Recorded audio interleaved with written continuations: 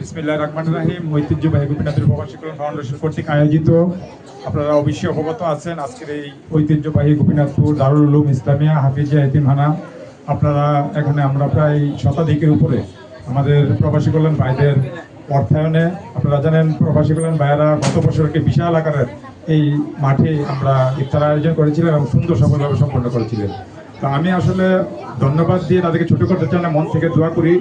আপনারা সবাই মন থেকে দোয়া করবেন, প্রবাসী থেকেও যারা তাদের এত পরিশ্রম, যারা মাথার কাম পায়ে ফেলে অর্থ রুজি করে, আর সেই অর্থগুলো এই বিভিন্ন সামাজিক উন্নয়নমূলক কর্মকাণ্ডে ইসলামিক কাজে যারা ব্যবহার করছেন, আমি তাদের জন্য দোয়া করি। এবং আপনারা সবাই মন থেকে দোয়া করবেন প্রবাসে যারা রয়েছেন তাদের, যাতে আপনারা জানেন সারা বিশ্বে এখন যুদ্ধে লিপ্ত হয়েছে, বিশেষ করে আমাদের সারা বিশ্বে যারা মুসলমান বাইরে রয়েছেন এবং বাংলাদেশে যারা প্রবাসীরা রয়েছেন, তারা যাতে হেফাজতে থাকতে পারেন, সহি সালামত থাকতে পারেন, তাদের সুস্বাস্থ্য কামনা করছি, দীর্ঘায়ু কামনা করছি। এবং তাদের যে বিভিন্ন উন্নয়নমূলক কর্মকাণ্ড আপনারা জানেন বিভিন্ন সময় বিভিন্ন উদ্যোগ নিয়ে থাকেন, আমরা বিভিন্ন এতিমদের পাশে দাঁড়িয়ে থাকেন, তারা বিভিন্ন যারা চিকিৎসা সেবা ক্ষেত্রে বিভিন্ন তারা আলোড়ন সৃষ্টি করেছিলেন ফ্রি মেডিকেল পরিচালনার মাধ্যমে।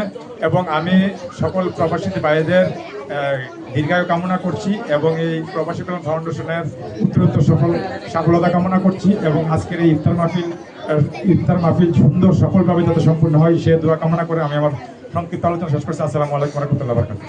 গোপীনাথপুর প্রবাসী কল্যাণ ফাউন্ডেশনের উদ্যোগে আপনারা জানেন যে গোপীনাথপুরে যারা প্রবাসী অবস্থান করতেছেন ওনাদের সর্বদাই বিভিন্ন পরিকল্পনা থাকে।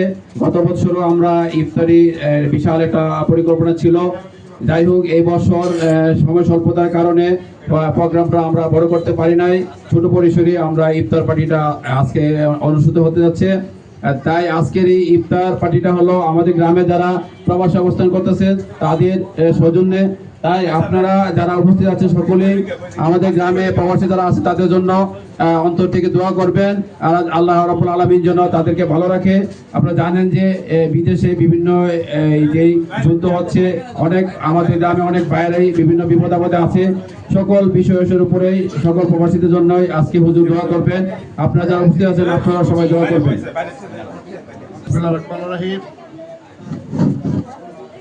আজকে আমাদের গোপীনাথপুর মাদ্রাসায় যে ইফতারি আয়োজন করা হয়েছে আপনারা সকলেই জানেন। এর পূর্বে ডাক্তার সাহেব বলছেন এবং অন্যরা বলছেন।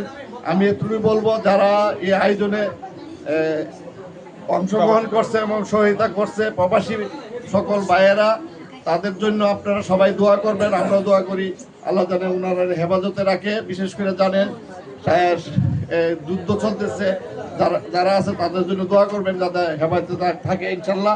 আমি এই বলে বক্তব্য শেষ